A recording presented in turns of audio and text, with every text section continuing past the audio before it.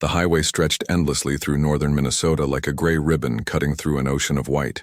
February had been merciless that year, dumping snow until the pine forests looked like they'd been dipped in frosting, their branches sagging under the weight. County Road 7 was one of those lonely stretches where you could drive for 20 minutes without seeing another soul, where the only sounds were the hum of your engine and the crunch of salt under your tires. Jake Morrison had been driving this route for 7 years, ever since he'd moved to Pinewood Falls after the divorce. Every weekday morning, he made the 40-minute drive to the lumber mill in Clearwater, leaving his daughter Emma with Mrs. Henderson next door. At 34, Jake had the weathered look of a man who'd lived harder than his years suggested, calloused hands, permanent squint lines from working outdoors, and a quietness that came from spending too much time alone with his thoughts. The truck's heater rattled as he reached for his thermos of coffee, steam rising into the pre-dawn darkness. It was 5:47 a.m., and the sun wouldn't show itself for another hour. The radio played low, some country station out of Bemidji talking about the storm system moving in from the Dakotas. Jake barely listened. His mind was on Emma's upcoming 8th birthday, trying to figure out how to make it special on a mill worker's budget. That's when his headlights caught something on the shoulder. At first he thought it was a deer carcass, not uncommon on these roads, but something about the shape made him slow down. His foot eased off the gas and the truck's momentum carried him closer. Then he saw it clearly and his heart dropped into his stomach. It was a person. Jake slammed on the brakes, the truck fishtailing slightly on the icy road before coming to a stop about 30 feet past the figure. He threw the transmission into park and jumped out, leaving the door open and the engine running. The cold hit him like a physical force, the kind of Minnesota cold that made your lungs ache and your skin burn. Jesus Christ, he breathed, running toward the crumpled form. She was lying face down in the snow, wearing nothing but jeans and a thin hoodie that had been torn at the shoulder. Her dark hair was matted with blood, spread around her head like a terrible halo. She wasn't moving. Jake dropped to his knees beside her, his hands shaking as he reached for her neck to check for a pulse. Her skin was ice cold, almost gray in the dim light from his truck's headlights. For a horrible moment he thought he was too late. Then he felt it, a weak, thready pulse beneath his fingertips. "Hey," he said urgently, gently turning her onto her side. "Hey, can you hear me?" Her face was a mess. Her left eye was swollen completely shut, angry purple bruises spreading across her cheekbone. Her lip was split, crusted with dried blood. More blood had run from her nose and temple, staining the snow beneath her. She looked young, maybe mid-20s, and even through the damage, Jake could see she'd been beaten with deliberate cruelty. She made a small sound, barely more than a whimper. "I've got you," Jake said, already pulling off his heavy work jacket and wrapping it around her. "You're going to be okay. I'm going to get you help." He pulled out his phone. No signal. Of course there wasn't. This stretch of road was notorious for dead zones. The nearest hospital was 40 minutes away in Clearwater, but the clinic in Pinewood Falls was only 15 minutes back. He made a split-second decision. Jake scooped her up as carefully as he could, shocked at how light she was. She moaned again, her head lolling against his chest. He could feel her shaking violently, her body's desperate attempt to generate heat. He carried her to the truck and managed to get the passenger door open, settling her inside before cranking the heat as high as it would go. "Stay with me," he said, buckling her in and tucking his jacket tighter around her. "What's your name? Can you tell me your name?" Her good eye fluttered open for just a second, unfocused and glazed. Her lips moved, but no sound came out. Jake ran around to the driver's side and threw the truck into gear, making a U-turn that sprayed gravel and ice. He pushed the accelerator harder than he should have on the slick road, one hand on the wheel and one reaching over to check that she was still breathing. Every few seconds he glanced at her, watching for any change. Come on," he muttered, as much to himself as to her. The truck's headlights cut through the darkness, illuminating the endless tunnel of snow-heavy pines. Jake's mind raced. Who was she? How long had she been out there? The temperature had dropped to 15 below zero last night. If he'd left for work even 10 minutes later, she would have been dead. And who the hell had done this to her? The bruising pattern wasn't random, it was methodical. Someone had held her down and hit her repeatedly.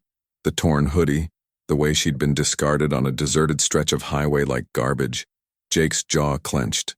He'd seen enough in his 34 years to know what he was looking at. "Almost there," he said, more to fill the terrible silence than anything else. "You're safe now." Nobody's going to hurt you. She stirred slightly, and a small sound escaped her, something between a sob and a gasp. Her hand moved weakly toward her ribs, and Jake noticed she was cradling her left side. Easy, he said gently. Don't try to move. Just breathe. The lights of Pinewood Falls finally appeared through the trees like a beacon. The town was barely more than a cluster of buildings around a main street. Population 1,247, according to the sign that hadn't been updated since the Johnsons moved to Duluth. The clinic was in an old converted house at the edge of town, run by Dr. Patricia Chen, who'd moved up from the Twin Cities 5 years ago for reasons she never fully explained. Jake pulled into the clinic's small parking lot and laid on the horn. The office wouldn't officially open for another hour, but he knew Doc Chen lived in the apartment above. Lights came on almost immediately, and within 30 seconds, the front door opened. Dr. Chen appeared in flannel pajamas and a heavy robe, her gray-streaked black hair in a braid over her shoulder. She was in her late 50s, and her face shifted from annoyed to alarmed in an instant when she saw Jake carrying the girl from his truck. "What happened?" she demanded, already holding the door wide. "Found her on County Road 7, Jake said, breathing hard as he carried her through the waiting room toward the examination area. She was just lying there in the snow. "She's been beaten bad, Doc. Real bad. Put her on the table. Carefully." Dr. Chen was already moving, pulling on gloves and grabbing equipment. "How long was she out there?" "I don't know. She's hypothermic, barely conscious." Dr. Chen worked with quick, practiced efficiency, checking vitals while Jake stood back, feeling helpless and useless. His jacket was still wrapped around the girl, now stained with blood and melted snow. "Pulse is weak but steady. Body temperature is 89 degrees. Dr. Chen's voice was calm but tight with focus.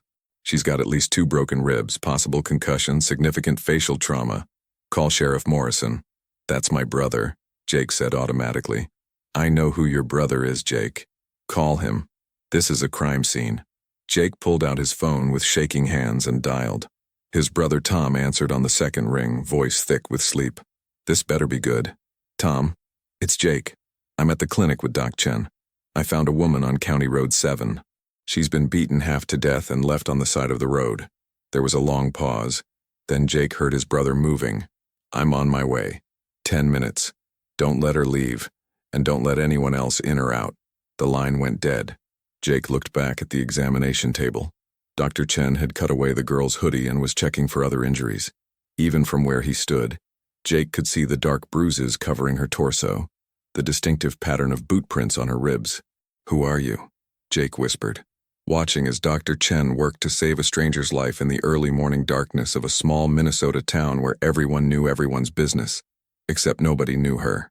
Sheriff Tom Morrison arrived in exactly 9 minutes, his patrol car sliding slightly as he pulled into the clinic parking lot. At 38, Tom was 4 years older than Jake and had inherited their father's height and commanding presence. He wore the uniform with the kind of easy authority that came from being elected 3 times in a county where everyone had known him since he was stealing candy from Halverson's general store. He pushed through the clinic door, bringing a gust of bitter cold air with him. His eyes found Jake immediately. "She alive?" "Yeah.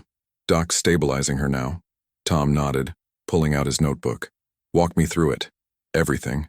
Jake recounted the morning, the drive, the headlights catching the shape on the shoulder the moment he realized it was a person.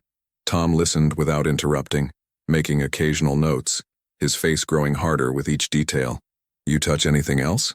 Move her at all before picking her up?" "I checked for a pulse. Turned her onto her side." "That's it. Good." Tom looked toward the examination room. "Any ID?" "I didn't check. I just got her here as fast as I could." That was the right call. Tom squeezed his brother's shoulder briefly. "Doc Chen gonna let me talk to her?" "She's unconscious, Tom." As if summoned, Dr. Chen emerged from the examination room, peeling off her gloves. Her expression was grim. "She's stable but in bad shape. 3 broken ribs, fractured cheekbone, severe concussion, hypothermia. She's got defensive wounds on her hands and arms." She fought back.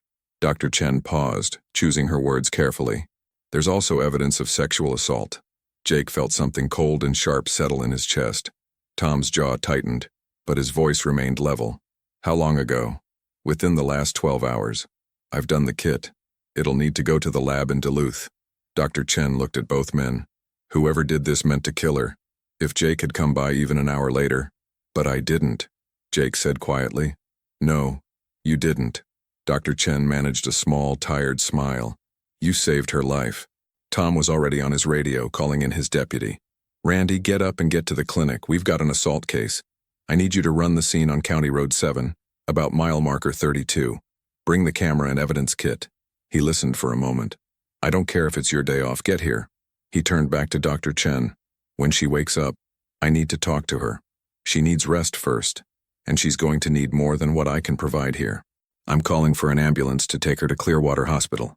No, Jake said suddenly. Both Tom and Dr. Chen looked at him. I mean, what if whoever did this comes looking for her? In a hospital she'd be exposed. They'd know where she is. Tom studied his brother. You think they're still around? I think someone dumped her on that road expecting her to die. When they find out she didn't, Jake didn't finish the sentence. Dr. Chen frowned. She needs proper care. Can't you provide it? You've got the skills. Jake, I have a small-town clinic, not a trauma center. But you can do it, right? Monitor her? Make sure she heals properly? Dr. Chen looked at Tom, who was watching his brother with an unreadable expression. Finally, Tom said, He's not wrong. Until we know what we're dealing with, keeping her location quiet might be smart. This is highly irregular, Dr. Chen said, but Jake could hear her wavering. Doc, please, just for a few days, until she's strong enough to tell us what happened. Dr. Chen sighed. Fine, but she stays here where I can watch her, and the moment I think she needs more than I can provide, she goes to Clearwater. Understood? Understood, Jake and Tom said in unison. The examination room door opened and the girl stirred on the table, making a small, pained sound. Jake moved instinctively toward her, then stopped himself. Does she have any ID? Tom asked. Her jeans pockets were empty. No wallet, no phone, nothing. Dr. Chen paused. But she does have this. She held up a delicate silver bracelet, dulled and scratched, but still intact around the girl's wrist. Tom leaned in to look at it. There's an engraving. SM. That's it. SM, Jake repeated. Could be her initials. Could be someone else's, Tom countered. Could be nothing. He pulled out his phone and took several photos. I'll run it through missing persons databases, see if anyone matching her description has been reported. The girl moved again, her hand reaching out as if searching for something. Jake found himself at her side without thinking, his hand catching hers gently.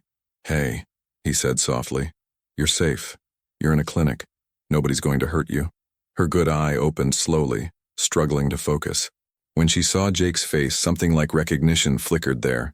Not of him specifically, but of the memory of being found, of being saved. Her hand tightened weakly around his. SM, she whispered, her voice barely audible and thick with pain. Sophie? Sophie? Jake leaned closer. Is that your name? Sophie? Sophie? Martin? She swallowed hard, wincing. Please don't let them find me. Who? Tom had his notebook out. Sophie, who did this to you? But her eye had already closed again, consciousness slipping away. Her hand went slack in Jake's. That's enough, Dr. Chen said firmly. She needs rest. Tom, you can come back this afternoon. Jake, you should go home. Emma will be wondering where you are. Jake had completely forgotten about the time. He glanced at his watch. 7:23 a.m. Mrs. Henderson would be expecting him to drop Emma off for school in less than an hour. Yeah, he said, but he didn't move, still looking down at Sophie Martin's battered face. Yeah, I should go. Tom caught his arm as he headed for the door. Good job today, little brother. You saved a life. I just drove her here. No, you saw her. Most people would have kept driving, thought it was a deer, or not wanted to get involved. You stopped. Tom's expression was serious. But Jake, this is a police matter now. Whatever happened to her, whoever did this, you let me handle it. You've got Emma to think about. Jake nodded, but something in his chest disagreed. He'd found Sophie Martin broken and dying in the snow. He'd carried her to safety. Some primal part of him felt responsible for her now, protective in a way he couldn't quite explain and didn't want to examine too closely. Outside, the sun was finally rising, painting the snow-covered town in shades of pink and gold. It looked peaceful, picturesque even, the kind of place where nothing bad ever happened. Jake knew better now. He climbed into his truck, noticing for the first time the bloodstains on his jacket still lying on the passenger seat. He'd need to clean that before Emma saw it. He'd need to figure out what to tell her about why he was late. Why, he looked shaken. As he pulled out of the parking lot, he glanced back at the clinic. Through the window, he could see Dr. Chen moving around the examination room, checking monitors. Somewhere in there, Sophie Martin was sleeping, maybe dreaming, maybe remembering. "Don't let them find me," she'd said. Jake's hands tightened on the steering wheel. He wouldn't. 3 days passed before Sophie was strong enough to sit up on her own. Dr. Chen had moved her to the small recovery room at the back of the clinic, barely more than a converted storage space with a bed, a chair, and a window that looked out onto the snow-covered parking lot. But it was warm, quiet, and most importantly, hidden.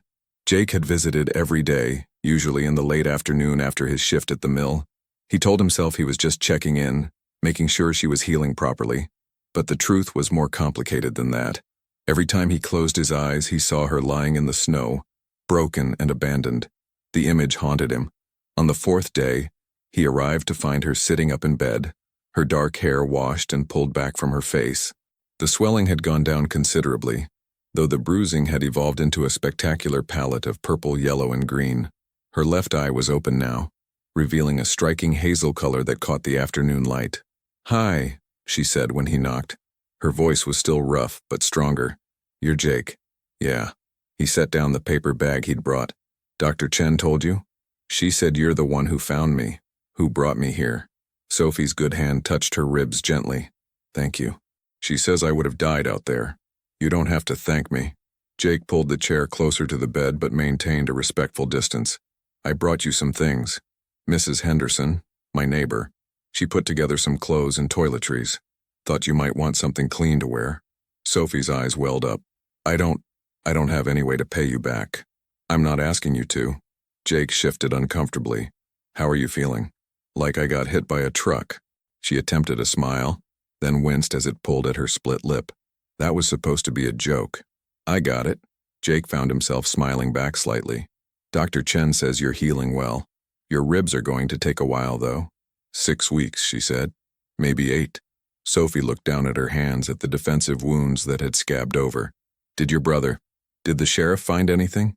"At the scene? Some tire tracks, but the snow covered most of them.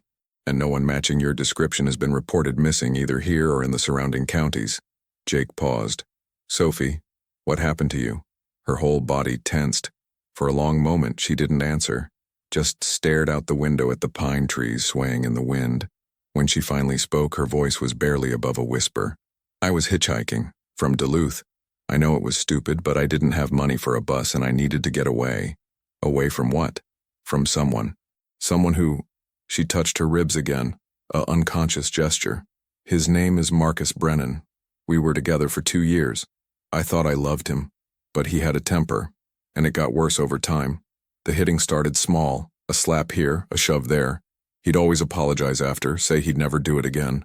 Jake's jaw tightened, but he stayed quiet, letting her talk. 3 months ago, I tried to leave. He found me at my sister's place in Minneapolis and dragged me back. Said if I ever tried again, he'd kill me. I believed him." Sophie's voice cracked. 2 weeks ago, I found out I was pregnant." Jake felt his chest constrict. "When I told him, he went crazy. Said there was no way he was having a kid, that I probably got pregnant on purpose to trap him. He beat me so badly that I lost the baby." Tears were streaming down her face now, silent and steady. "I was in the hospital for 3 days. When I got out, I knew I had to run. I took what cash I had hidden and started hitchhiking north. I thought maybe I could get to Canada, start over somewhere he'd never find me. The person who picked you up, his name was Danny. He seemed nice at first, but about 30 minutes into the drive he started asking weird questions, making comments about my body. I asked him to let me out, but he just laughed and locked the doors." Sophie's breathing had gotten faster, panicked.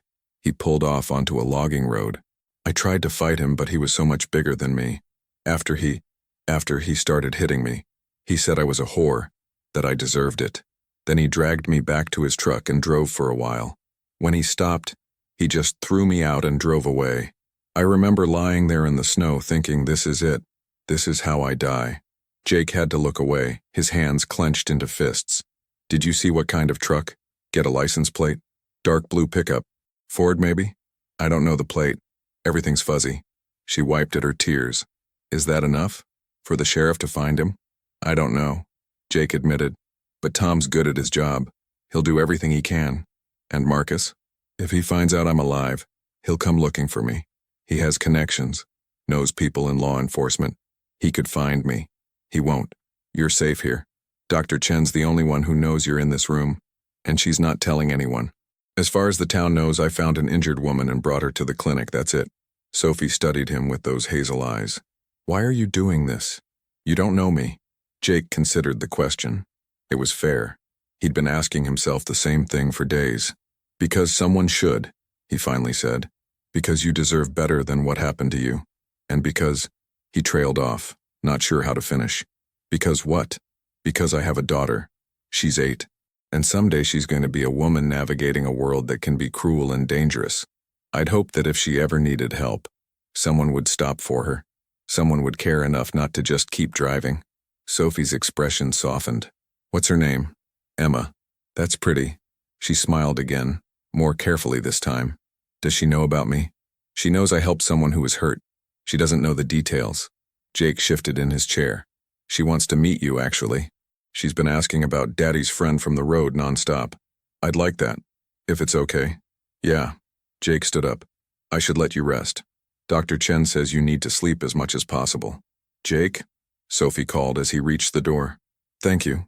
Really. You saved my life and I'll never forget that. Jake nodded, not trusting himself to speak, and left the room. In the hallway, he found Tom waiting, hat in hand, looking serious. We need to talk, Tom said. They stepped outside into the parking lot. The temperature had dropped again, the kind of cold that made your breath crystallize in the air. I ran Sophie Martin through every database we have access to, Tom said. No outstanding warrants, no priors. But I did find something interesting. Her ex-boyfriend, this Marcus Brennan, he's got a record. Assault charges in Minneapolis 2 years ago, domestic battery 18 months ago. Both times the charges were dropped.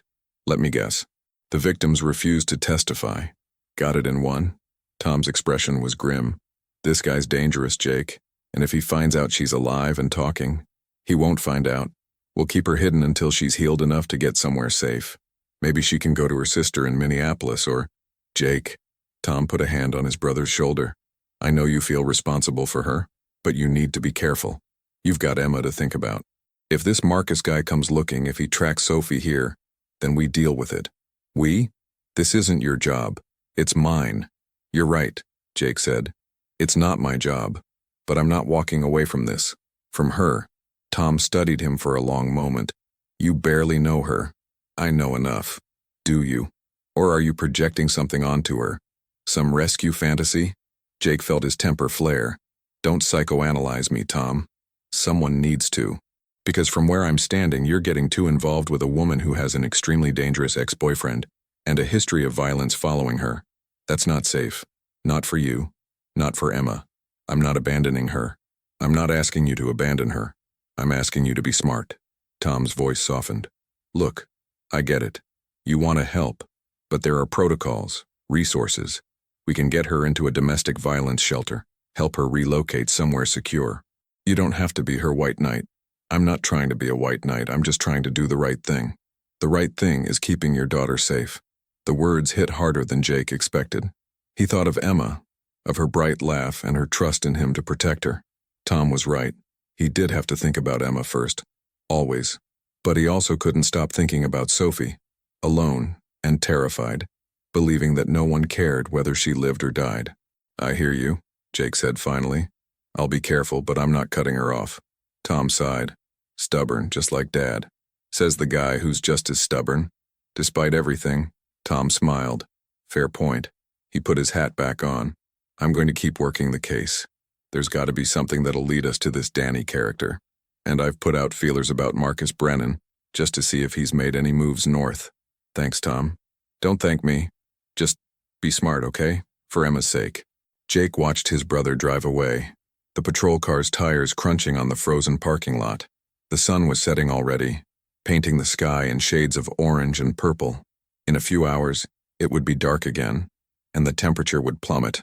He thought about Sophie inside, healing slowly in a converted storage room. He thought about Emma at home, probably doing homework at the kitchen table. He thought about the choice he'd made to stop on that lonely highway, and all the ways it had already changed his life. There was no going back now. 2 weeks passed. The February cold gave way to the slightly less brutal cold of early March, though the snow showed no signs of melting. Pinewood Falls remained locked in winter's grip, the pine trees heavy with ice, and the lakes frozen solid enough to drive on. Sophie had moved from the clinic to Jake's house. It hadn't been planned. Dr. Chen had declared her stable enough to leave medical supervision, but Sophie had nowhere to go. The domestic violence shelters in the region were full, and the waiting list was 3 weeks long. Tom had argued for putting her in a hotel in Clearwater, but Jake had shut that down immediately. She'll be a sitting duck in a hotel.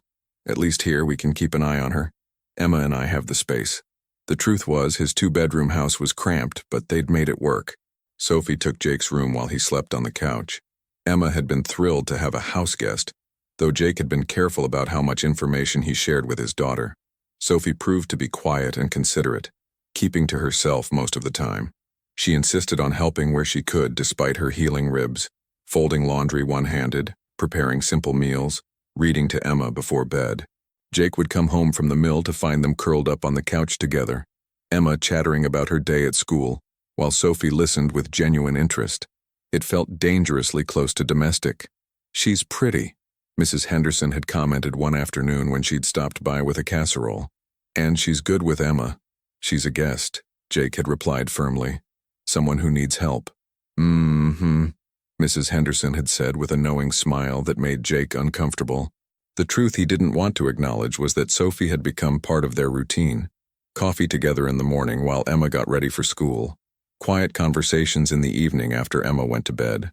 Sophie sharing stories about growing up in Duluth, about her dreams of becoming a teacher before Marcus derailed everything. Jake talking about Emma's mother, about the divorce that had been necessary but still painful. He found himself looking forward to seeing her, to the way she'd glance up when he came through the door, her face lighting up with genuine warmth. The bruising had faded to barely visible shadows, and without the marks of violence, she was striking. Delicate features, expressive eyes, a smile that made something in his chest tighten.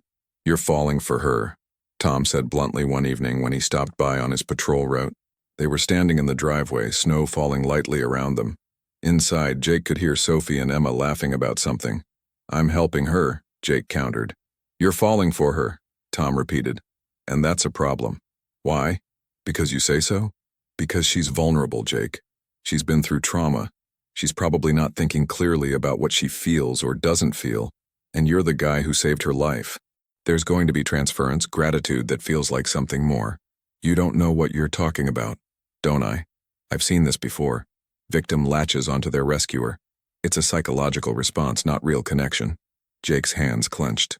"You think I'm taking advantage of her? No. I think you're a good man who's lonely and who wants to help. But I also think you're getting in over your head." Tom's voice softened. "What happens when she's healed? When she doesn't need you anymore? What happens if Marcus Brennan shows up? What happens to Emma if this goes sideways? It won't. You can't know that."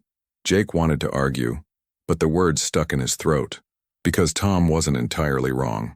He was falling for Sophie, had been since she'd first opened her eyes and looked at him with such raw vulnerability.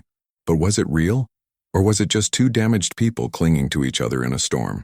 The front door opened and Emma bounded out, wearing her princess pajamas and rain boots. "Uncle Tom?" She launched herself at him. "Did you come to have dinner with us? Miss Sophie made spaghetti and it's really good." "Miss Sophie, huh?" Tom caught his niece and swung her up. "She's got you working in the kitchen now. She lets me help, and she doesn't get mad when I make a mess like Daddy does." "Hey," Jake protested. "I don't get mad. You make your disappointed face," Emma said seriously. "That's worse." Tom laughed.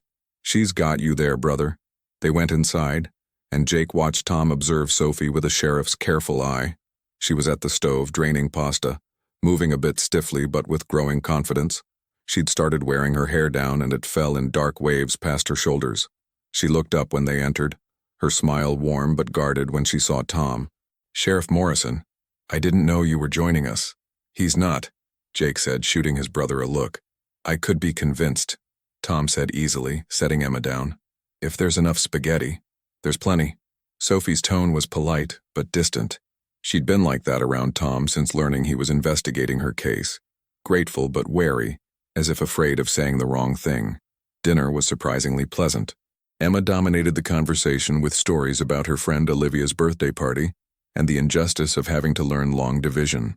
Sophie listened with genuine interest, asking questions and laughing in all the right places. Even Tom seemed to relax, though Jake caught him watching Sophie with an assessing gaze. After Emma went to bed, the three adults sat in the living room with coffee. The conversation had been light during dinner, but now the weight of reality settled back in.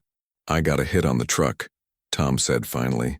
"Dark blue Ford F-150 spotted on a gas station camera in Clearwater around 2 a.m. on the night Sophie was attacked. We got a partial plate and ran it.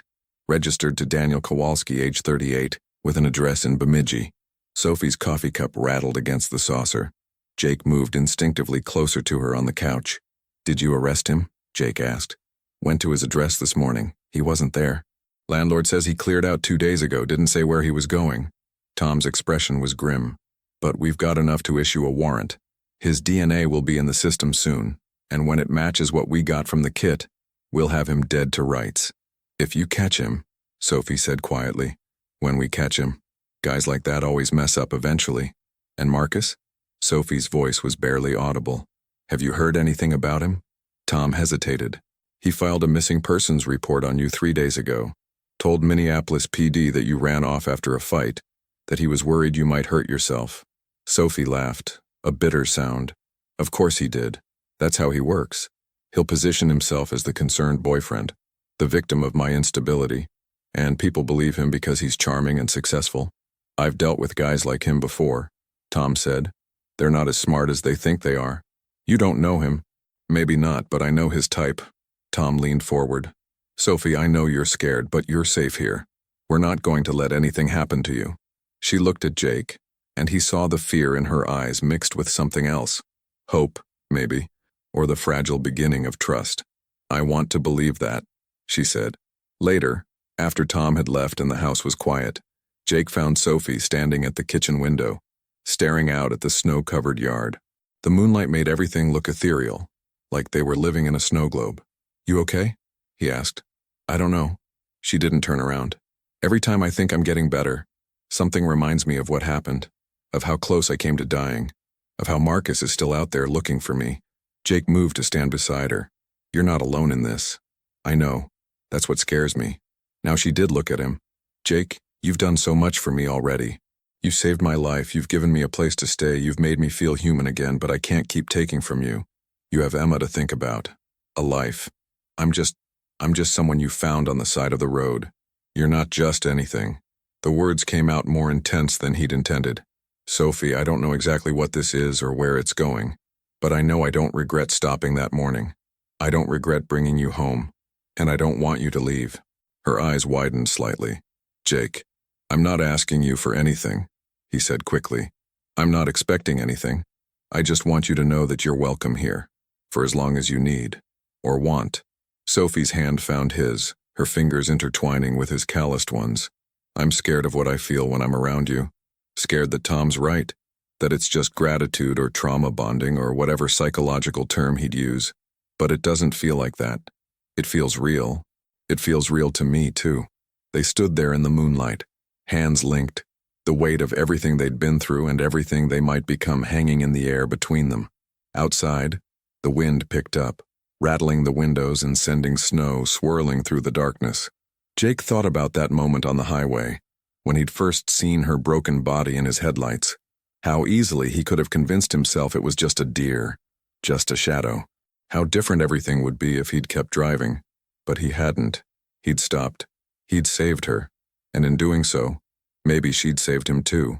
From the lonely routine of his life, from the quiet desperation of going through the motions, she'd reminded him what it felt like to care about someone, to want to protect them, to imagine a future that held more than just work and parenting and the slow passage of empty years. "Stay," he said softly. Sophie's eyes glistened with tears. "Okay." And in that moment, standing in a small kitchen in northern Minnesota while the winter wind howled outside, two broken people found something neither had been looking for: a chance at healing, at hope, at something that felt like coming home.